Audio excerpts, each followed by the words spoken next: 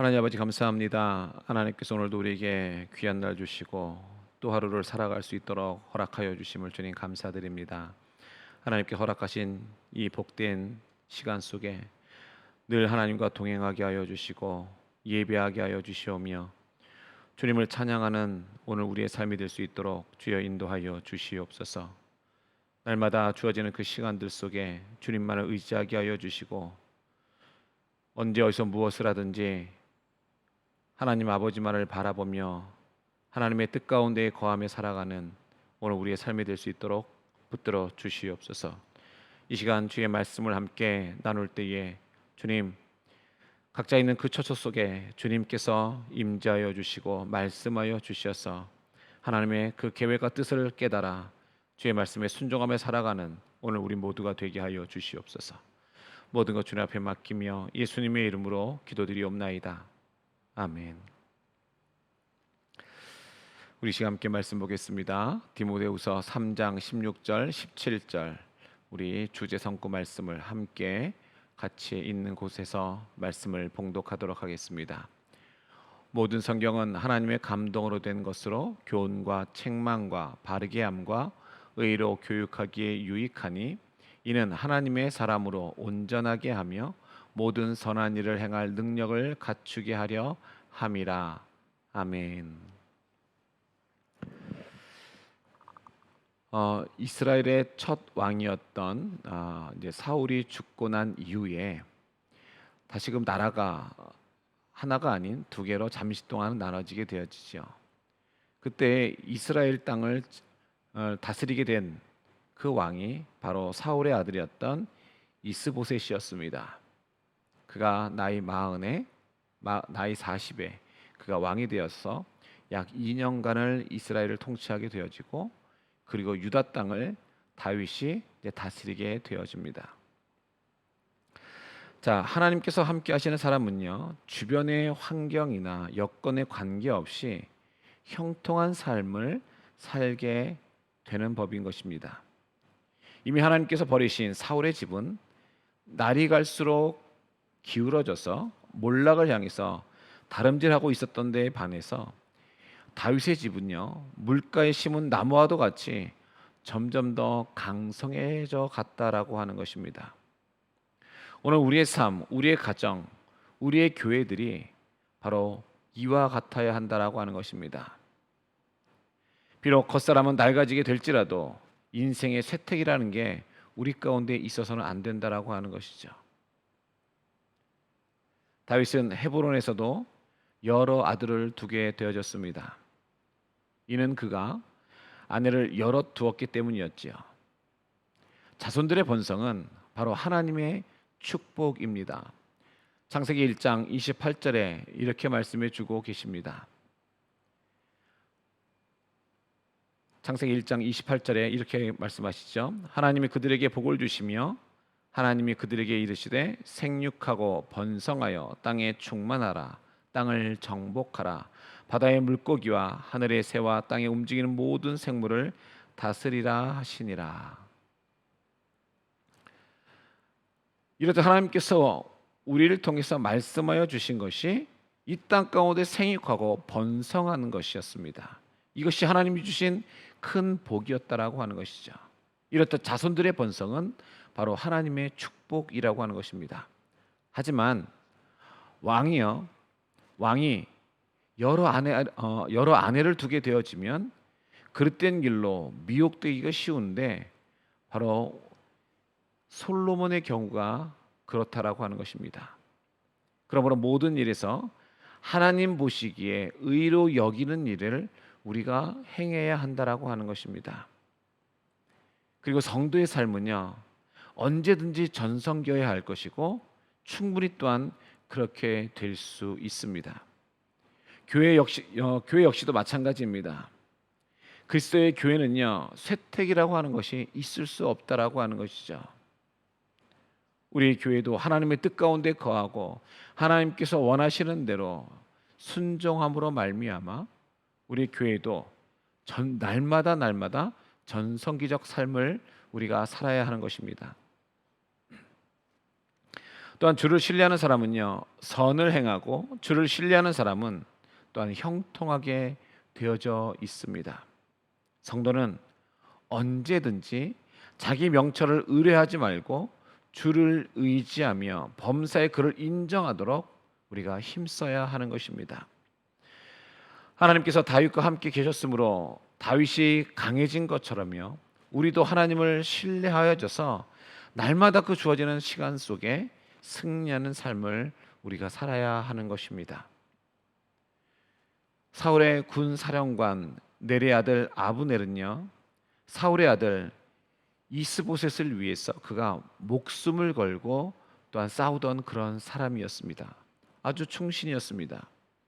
그가 어떤 목적을 가지고 있었던 간에 이스보셋을 위해 싸웠다고 하는 것은요 굉장히 대단한 일인 것입니다. 말하자면 혈맹의 관계인 것이죠. 이런 관계도요 이스보셋의 그 책망 때문에 순식간에 그것이 깨어져 버리고 말았다라고 하는 것입니다. 아브넬은 이스보셋의 이러한 책망을 듣고 이스보셋을 배반하게 되는 것입니다. 자, 나타난 바에 따르면요 이스보셋은 아브넬이 공개적으로 자신을 배반하였음에도 불구하고 그를 책망하거나 징계하지 못하고 오히려 아브넬을 두려워하였다라고 하는 것이죠. 이는 이스보셋이요 오로지 아브넬만을 의지하였기 때문이었습니다. 그는 아브넬만을 의지하였으므로 아브넬이 자기를 떠나자 아무것도 할 수 없는 그런 무능한 사람이 되고 말았다라고 하는 것이에요. 이스보셋이 의지할 것은 바로 하나님 한 분뿐이었음에도 불구하고 이스보셋은요 사람인 아브넬만을 의지하였기에 그가 배반하고 떠나자 그는 아무것도 할 수 없는 그런 무능한 사람으로 전락하게 되어졌던 것입니다. 다시 말씀드리지만 아브넬이 이스보셋을 배반한 직접적인 그 원인은 바로 이스보셋이 아브넬을 책망했기 때문이었습니다. 그러나 아브넬이 입으로 고백한 것처럼요 이 일은 이미 하나님께서 작정하신 일이다라고 하는 것입니다. 사무엘하 3장 9절에서 10절에는 이렇게 말씀해 주고 있습니다.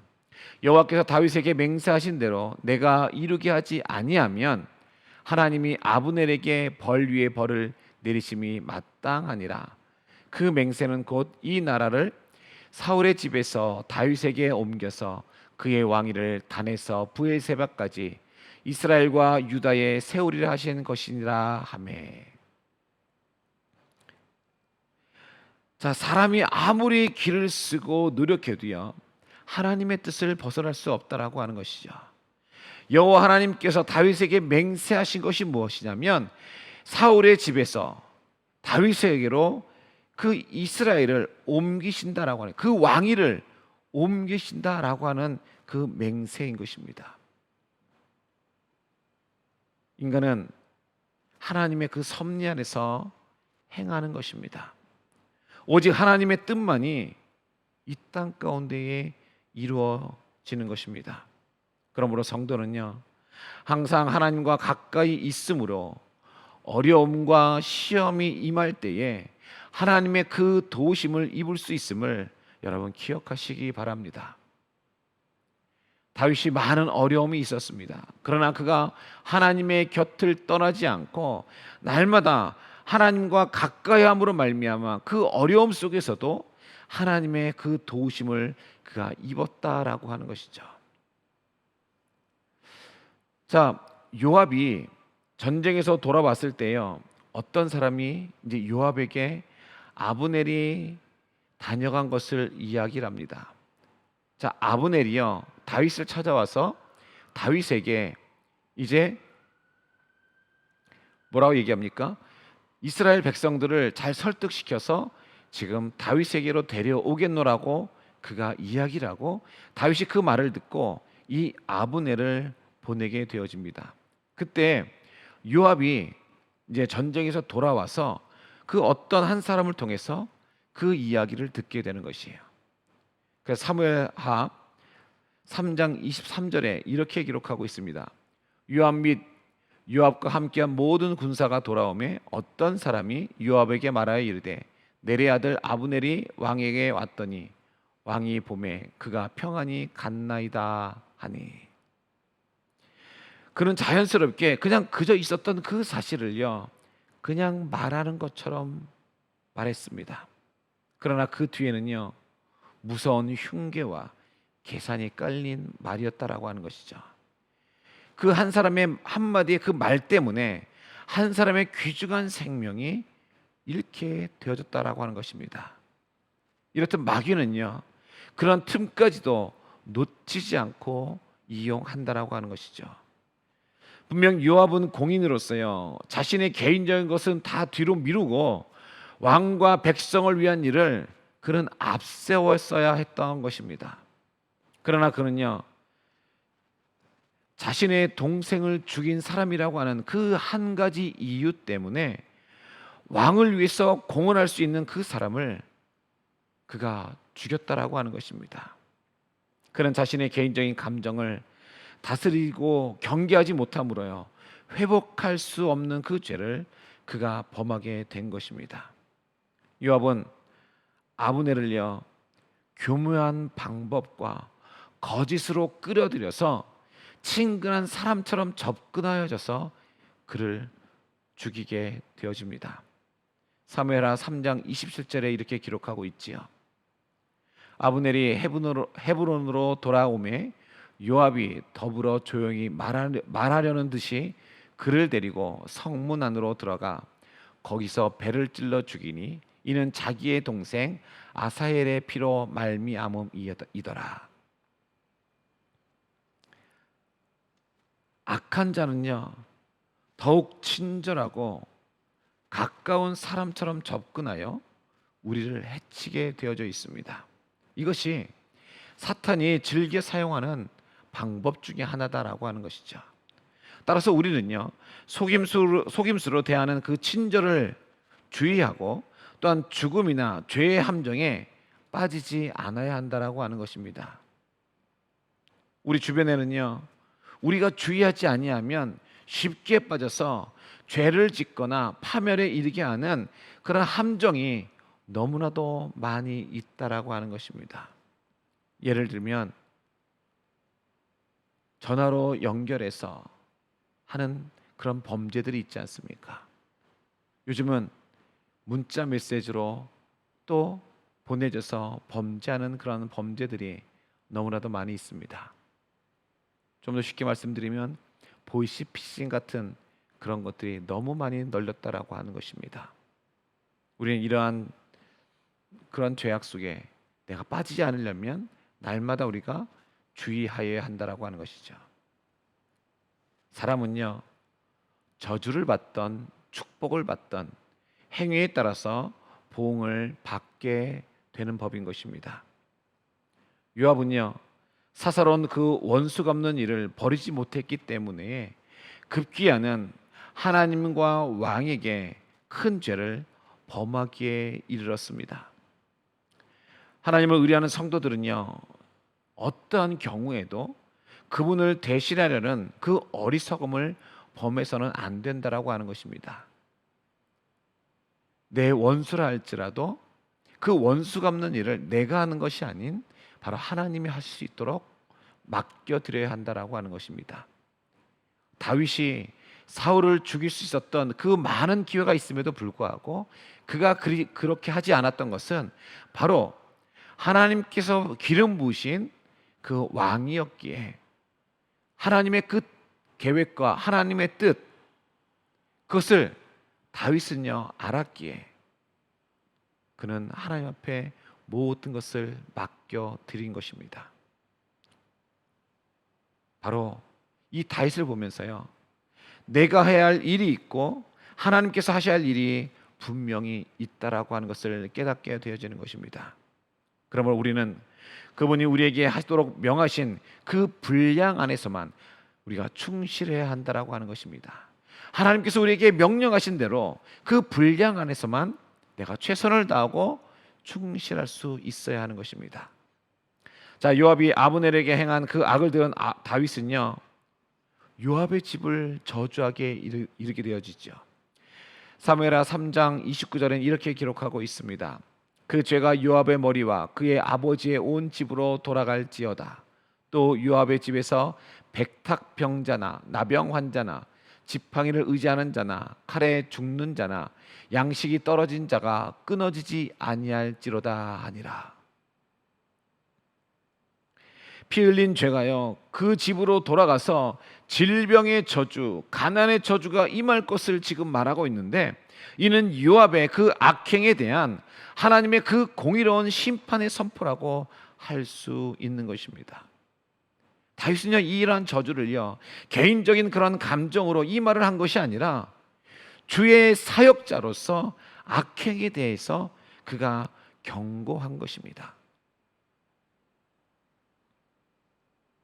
하나님께서는요, 우리가 보복함으로 인하여서 범죄하게 되기를 원치 아니하시므로 할 수 있는 대로 모든 사람과 더불어서요, 화목할 것을 권고하고 계십니다. 악을 이기는 확실하고 완전한 방법은요, 다름 아닌 바로 선을 행하는 것입니다. 선을 행하는데 저주가 임하는 법이 없고요, 악을 뿌렸는데 복을 거두는 사람은 없다라고 하는 것입니다.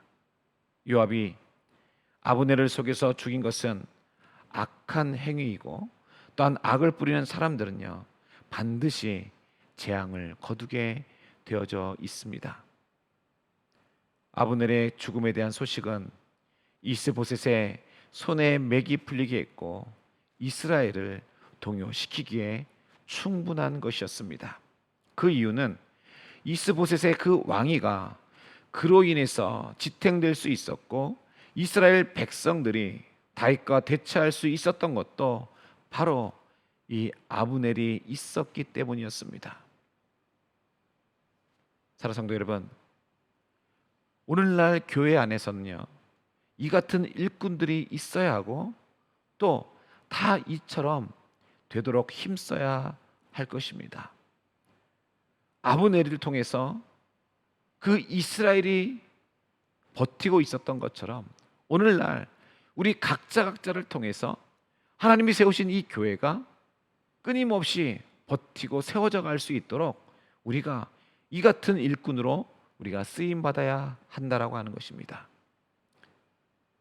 가장 유력하고 믿을 만한 용사였던 이 아브넬의 죽음은요, 다윗과 대치한 이스보셋 및 이스라엘 백성들에게는요, 두려움을 가져다 주게 되어졌습니다.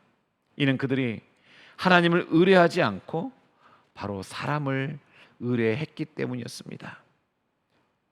오늘 하나님의 백성인 성도는요, 오직 하나님만을 의뢰해야 하는 것입니다. 그래야만 견고하게 서게 되어지고 흔들림이 없게 된다라고 하는 것입니다. 또 사울의 가문의 그 마지막 인물이기도 한 요나단의 아들 무비보셋은요, 5살 때 유모가 안고 급히 도망하다가 아이가 떨어져서 절개되어졌는데 그 결과로 그는 절뚝발이가 되어졌습니다. 자, 이렇듯 하나님을 순종한 그 사람들의 후대는요, 복이 있는데 반해서 하나님을 불순종한 그 사람들의 후대는 비참하다라고 하는 것이죠. 하나님을 순종하는 것은요, 후대를 위해서도요, 바로 복을 예비하는 것입니다. 하나님께서는 그의 계명을 지키고 따르는 자의 후손을요, 천대까지 복을 베푸시겠다 말씀하고 계십니다. 오늘 우리가 자랑하고 또 자랑해도 좋은 가문은요, 그 세상에 있는 그러한 가문이 아닌 바로 하나님의 나라, 우리 아버지 하나님의 그 가문뿐이다라고 하는 것입니다. 그러므로 우리는 날마다 주어지는 그 시간 속에 하나님의 나라를 자랑해야 될 것이고 아버지 하나님을 자랑할 수 있어야 하는 것입니다.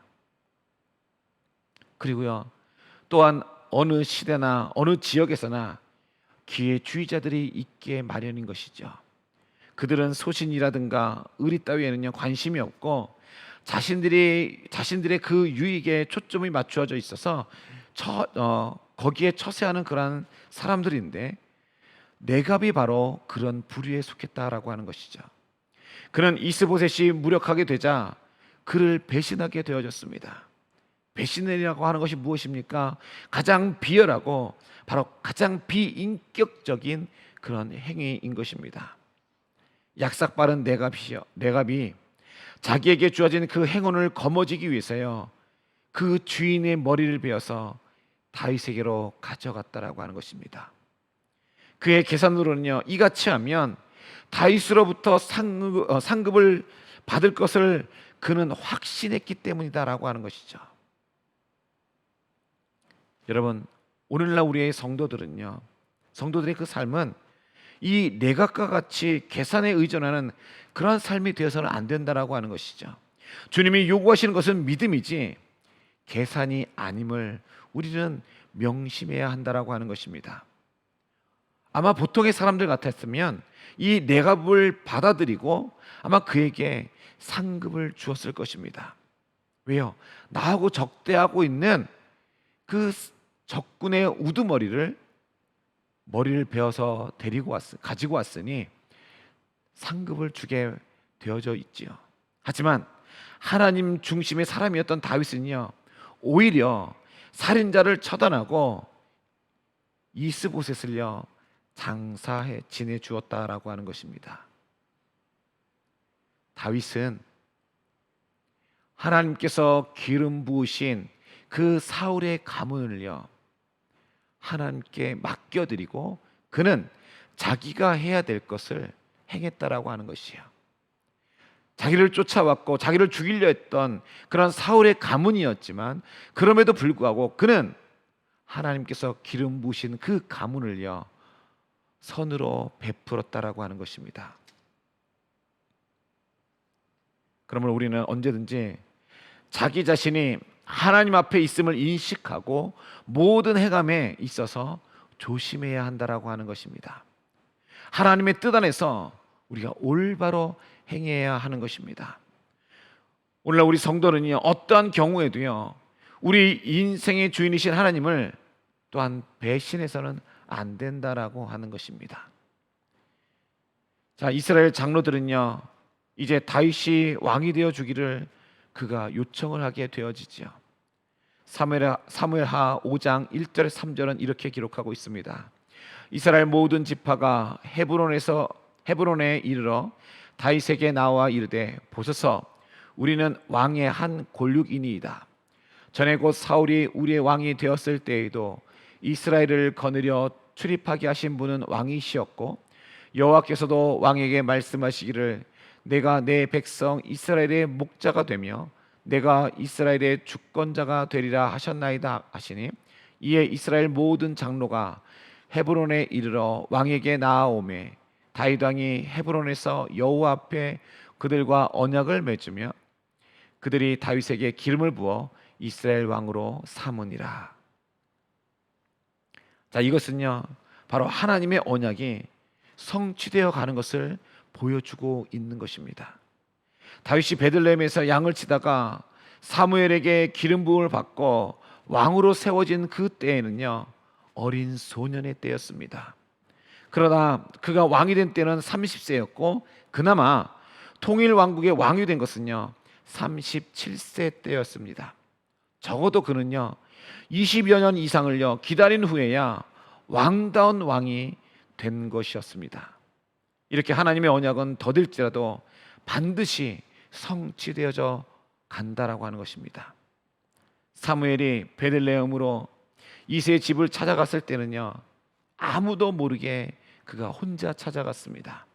그래서 이새의 가족과 사무엘 외에는요 아는 사람이 아무도 없도록 은밀하게 조용하게 기름 부음을 받았습니다. 그러나 20년 후에는요 온 이스라엘 장로와 백성들이 모두 보는 곳에서 왕의 대관식은요 공개적으로 이루어졌다라고 하는 것입니다. 다윗을 왕으로 삼으려는 생각은요 처음에는 사무엘 혼자만의 생각이었습니다. 조금 더 엄밀하게 말하면 사무엘도 원치 않았지만 하나님께서 왕을 삼게 하셨다라고 하는 것입니다. 그러나 다윗이 온 이스라엘의 왕위에 오를 때는요, 모든 백성이 왕이 되기를 원했습니다. 다윗은 온 백성과 장로들의 요청으로 바로 왕위에 오르게 된 것입니다. 하나님은 측량할 수 없는 무궁한 지혜로 당신의 뜻을 이루어 가십니다. 우리에게 하신 약속도 이와 같음을 여러분 기억하시면서 주어진 오늘 하루도 주님의 약속을 붙잡고 믿음으로 살아가는 오늘 저와 여러분이 되기를 주님의 이름으로 간절히 축원합니다. 기도드리겠습니다. 하나님 아버지, 감사합니다. 오늘 하나님 주의 말씀을 통해서 다시금 하나님을 믿고 하나님을 신뢰하는 자, 그러한 자들에게 하나님께서 천대까지 복의 복을 허락하여 주심을 주님 말씀을 통해 다시 한번 깨닫습니다. 이 땅을 살아가면서 어떠한 환경 속에서도 주님을 배신하지 않는 오늘 우리가 되게 하여 주시고, 측량할 수 없는 그 무궁한 지혜로 하나님 아버지의 그 뜻을 이루어 가심을 오늘도 믿음으로 믿고 나아갈 수 있는 오늘 우리의 삶이 되게 하여 주시옵소서. 오늘 우리에게 약속하신 그 하나님의 약속, 아버지 그 약속을 굳게 붙잡고 오늘도 주어진 시간 속에 하나님만을 바라보며 믿음으로 온전히 살아가는 하나님의 백성 되게 하여 주시옵소서. 모든 것 주님 앞에 맡기며 감사드리고 예수님의 이름으로 간절히 기도드리옵나이다. 아멘.